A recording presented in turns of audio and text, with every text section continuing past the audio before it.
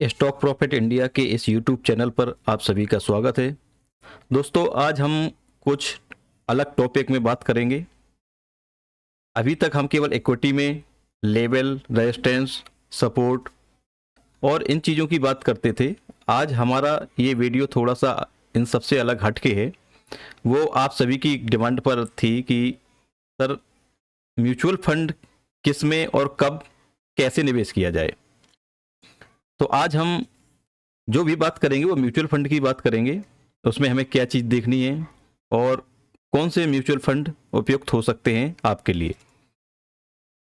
इसमें हम कुछ थोड़ा सा पहले ये बात करते हैं कि जो सेविंग की उम्र होती है वो सबसे अच्छी उम्र होती है 20 से 50 साल।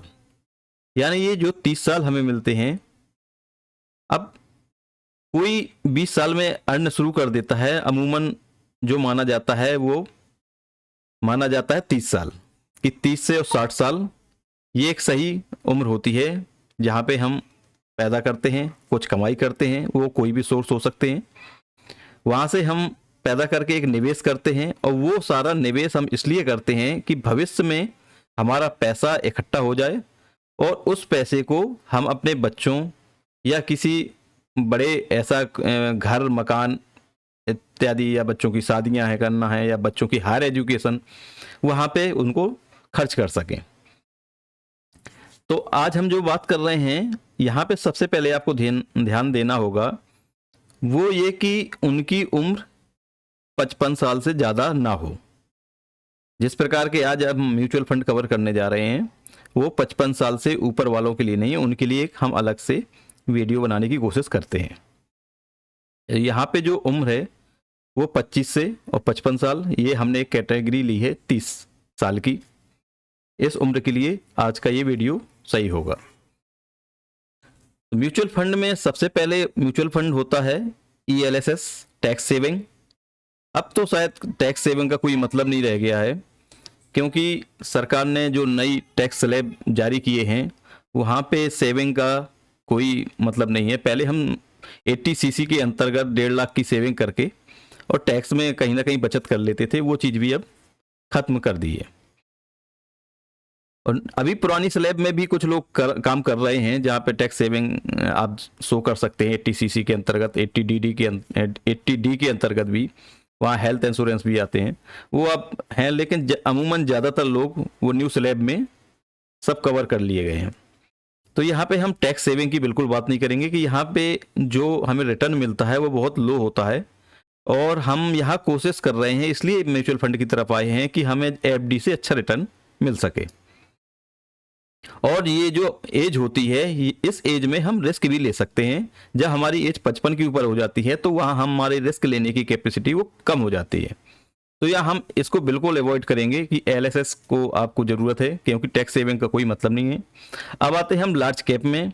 तो लार्ज कैप को भी हम डिटेल ये इसकी आपको बता दें कि लार्ज कैप सिर्फ ब्लू चिप कंपनियों में निवेश करती है, जहाँ पे जोखिम बहुत कम होता है, लेकिन जोखिम के साथ साथ आपको रिटर्न भी बहुत कम मिलता है। तो ऐसी जो कंपनियां जो कि लार्ज कैप जरूर हैं, जोखिम बिल्कुल नहीं है, लेकिन रिटर्न के मामले में वो यहाँ फेल हो जाती हैं। हमारी फिर वही कोशिश है कि हम यहाँ ग्रोथ के लिए आए हैं। यदि हमें रिटर्न सीधे कम जोखिम के साथ रहना है तो हमारे पास FD और अन्य साधन हैं जहाँ पे हम निवेश कर सकते हैं। उसके आगे बढ़ते हैं। अब आते हैं फ्लेक्सी कैप में। तो फ्लेक्सी कैप में थोड़ा सा यहाँ एक मॉडरेट रिस्क है, यानी थोड़ा सा रिस्क बढ़ जाता है, लेकिन आपका रिटर्न भी उसी के साथ थोड़ा सा बढ़ जाता है। लेकिन यहाँ पे जो व्यू होना चाहिए वो कम से कम 5 साल का होना चाहिए। ये ज़रूरी चीज़ है फ्लेक्सी कैप के साथ जाने के लिए, क्योंकि आपका जो सही रिटर्न है, सही CAGR निकलेगा, वो 5 साल में ही निकलेगा। तो ये आपका फ्लेक्सी कैप चुनने के लिए है। अब आते हैं स्मॉल कैप में। तो यहाँ पे एक हाई ग्रोथ मिलती है, लेकिन आपके साथ साथ रिस्क भी उतना ही ज़्यादा हाई हो जाता है। तो यहाँ पे जहाँ पे ग्रोथ ज़्यादा होगी, जहाँ रिस्क है वहीं इश्क है, जो आपने डायलॉग सुना होगा, तो वही चीज़ यहाँ पे होती है कि यहाँ पे ग्रोथ आपको बिल्कुल मिलेगी। और हमारी न्यू एज है तो हम क्यों ना रिस्क थोड़ा सा उठाने के लिए तैयार हों और ग्रोथ भी उसी हिसाब से प्राप्त करने के हकदार भी होंगे। तो आज हमने इन चीज़ों का कवर किया है। अब कोई भी म्यूचुअल फंड को कवर करने से पहले हम थोड़ा सा और चीज़ क्लियर करना चाहते हैं। मान लीजिए आपको 100 रुपये निवेश करना है, एक उदाहरण है, आपको निवेश करना है, आपने सारे खर्च करके जो भी आप कमाते हैं उससे आपने अपने परिवार की ज़रूरतों को पूरा करने के बाद, सारे खर्च करने के बाद आपको 100 रुपये बचे और वो 100 रुपये आपको निवेश करना है।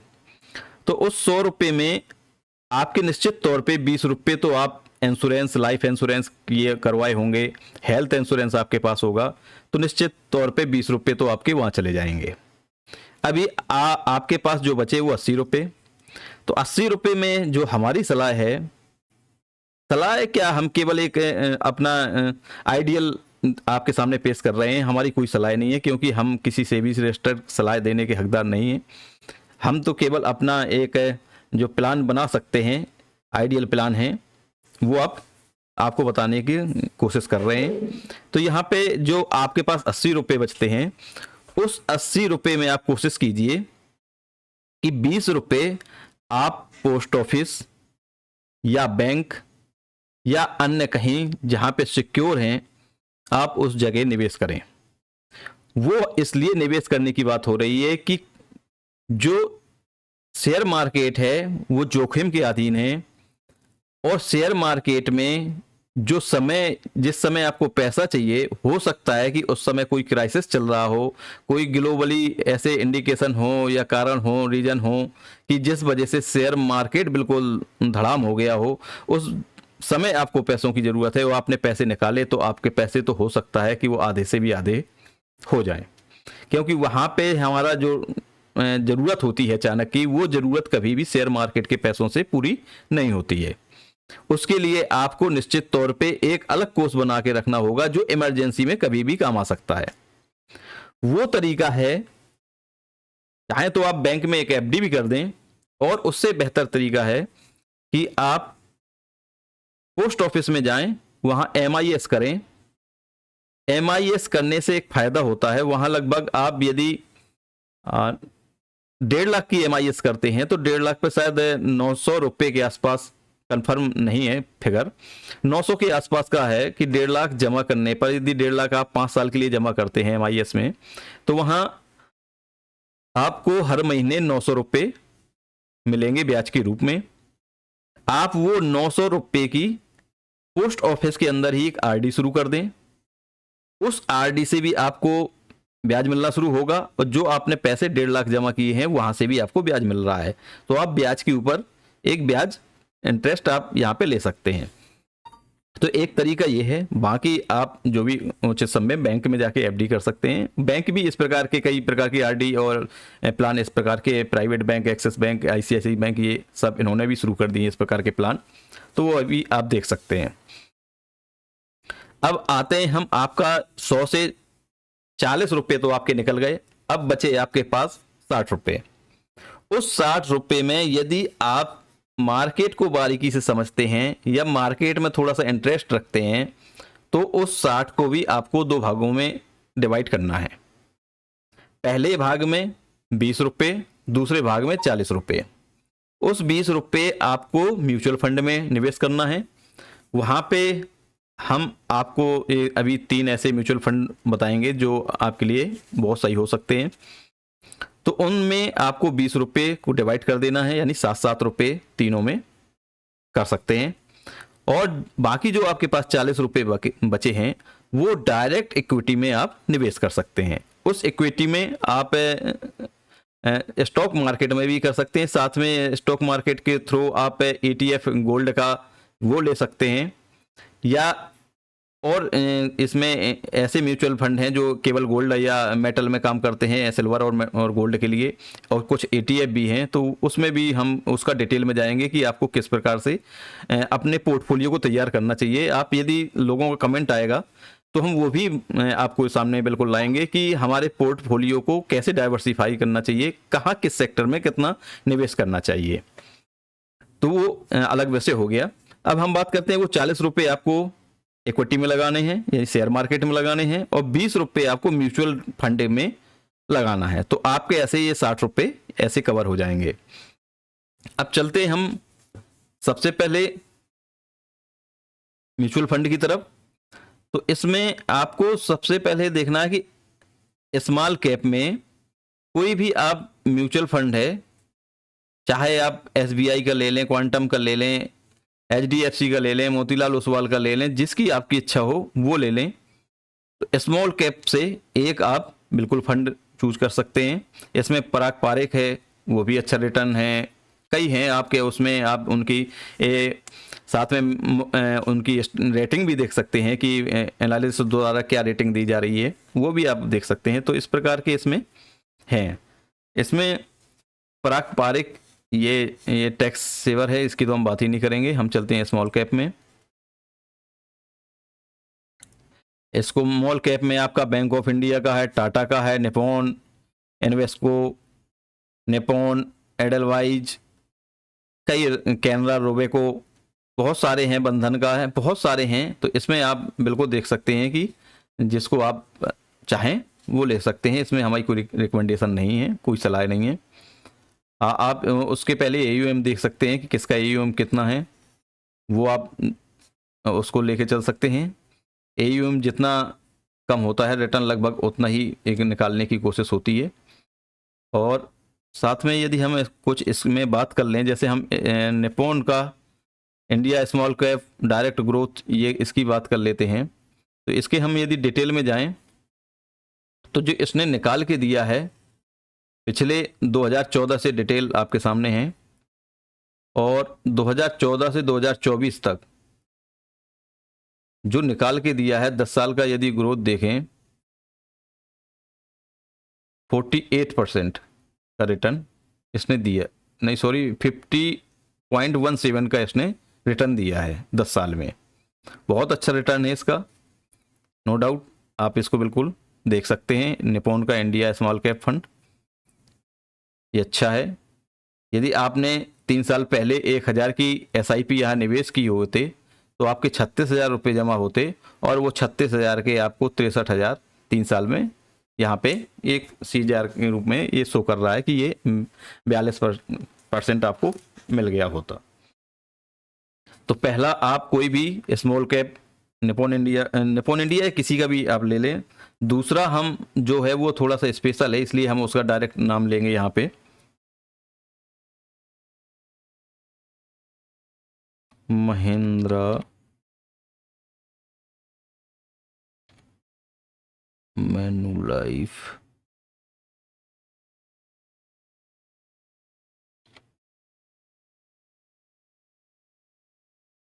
मैन्युलाइफ बिजनेस, यहाँ हम बात कर रहे हैं महिंद्रा मैन्युलाइफ बिजनेस साइकिल फंड की। हमने काफ़ी स्टडी किया है, काफ़ी स्टडी करने के बाद ये म्यूचुअल फंड निकाला है। फिर भी आप अपना स्टडी कर लें और वित्तीय सलाहकार से सलाह जरूर ले लें, तभी आप निवेश करें। ये हमारा व्यू है, कोई रिकमेंडेशन नहीं है।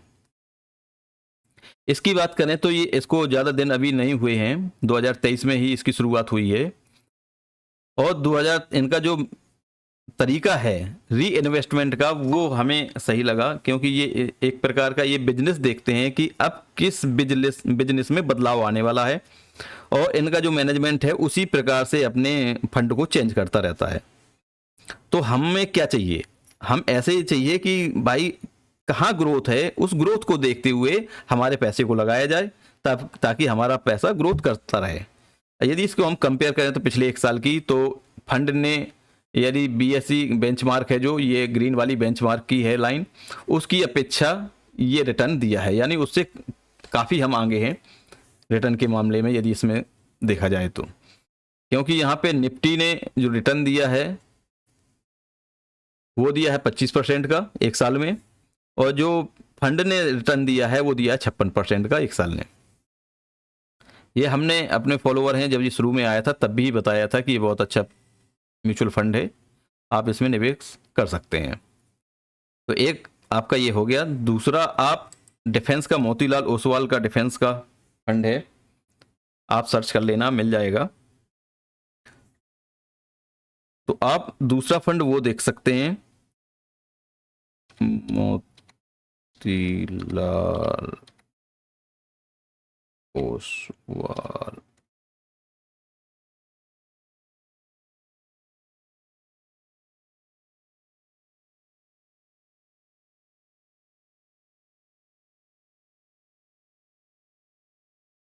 तो मोतीलाल ओसवाल निफ्टी,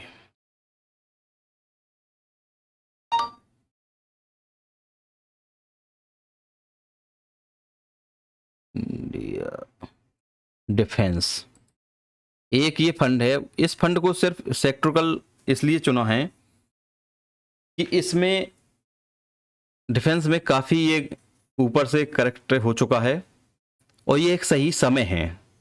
ये हमने इसलिए चुना है कि ये समय सही है इसमें निवेश करने का, क्योंकि ये काफ़ी एक रन कर रहा था, काफ़ी रैली दे रहा था, वो रैली देने के बाद इसमें एक सही करेक्शन आ गया है।